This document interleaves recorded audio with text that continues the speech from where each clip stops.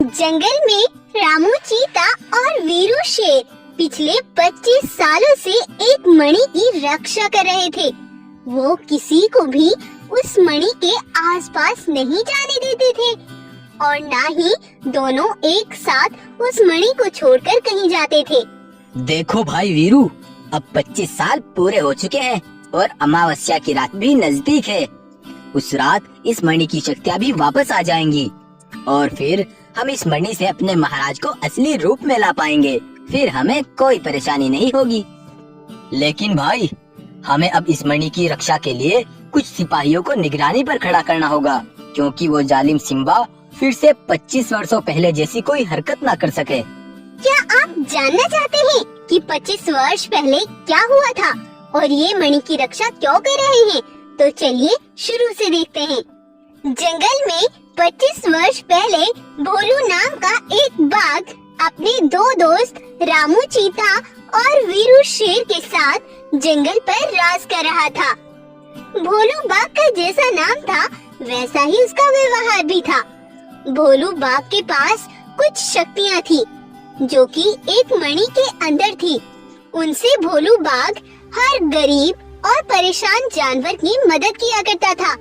भोलू अच्छों के लिए अच्छा और बुरों के लिए बुरा भी था। अगर कोई इसके जंगल में कोई नुकसान या किसी को परेशान करता तो भोलू मणि की शक्तियों से अपने कई सारे रूप धारण कर लिया करता था और फिर अकेला ही उसे जान से मार डालता था। ये शक्तियाँ भोलू के पिता ने भोलू को दी थी और कहा था, सुनो बेटा भोलू, इन शक्तियों को संभाल कर रखना और इनका इस्तेमाल करना दोनों में ही रिस्क है। जब तक तुम इनका इस्तेमाल अच्छे कर्मों में करोगे तब तक ये तुम्हें कोई नुकसान नहीं पहुंचाएंगी। लेकिन अगर तुमने या धोखे से और और ने इन शक्तियों का गलत इस्तेमाल किया तो तुम 25 सालों के लिए एक पत्थर के पुतले में बदल जाओगे। अपने पिता की यह बात भोलू बाघ हमेशा याद रखता था और उस मणि को कभी भी किसी को नहीं देता था। लेकिन भोलू की इन शक्तियों का पता जब जंगल के एक सिम्बा शेर को पता चलता है तो वो लालच में आ जाता है। अरे, उस बाघ के पास वो मणि बहुत कीमती है।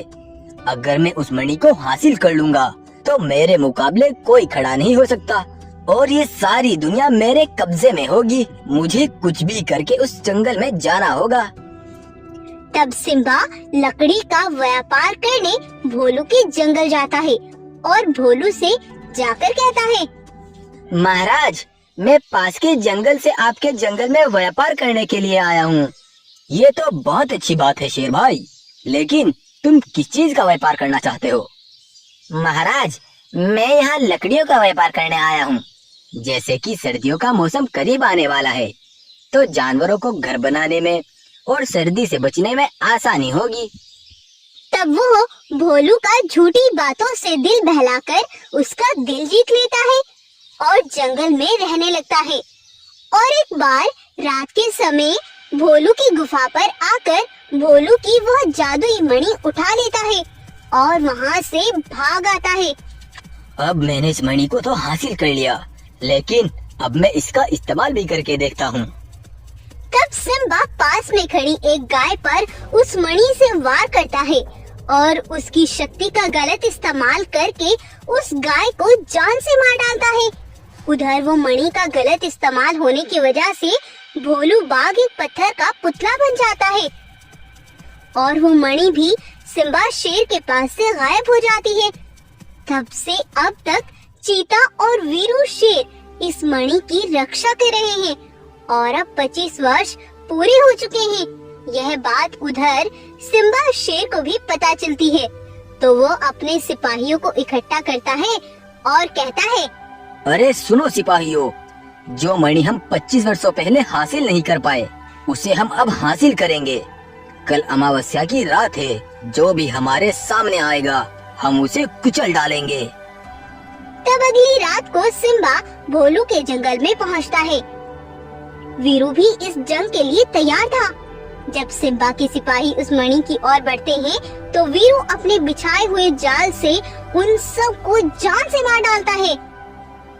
वहीं उस मणि की शक्तियाँ भी वापस आ जाती हैं। उसे देख सिम्बा उसकी ओर भागता है। रामू चीता, जल्दी से तुम इस मणि को लेकर महाराज भोलू के पास जाओ, मैं इसको देखता हूँ। तब चीता उस मणि को लेकर भागता हुआ महाराज भोलू के पास जाता है और उस मणि को भोलू के ऊपर रख देता है। तभी भोलू अपने असली रूप में आ जाता है। यह देख चीता बहुत खुश होता है। तब वो दोनों वीरू के पास पहुँचते हैं।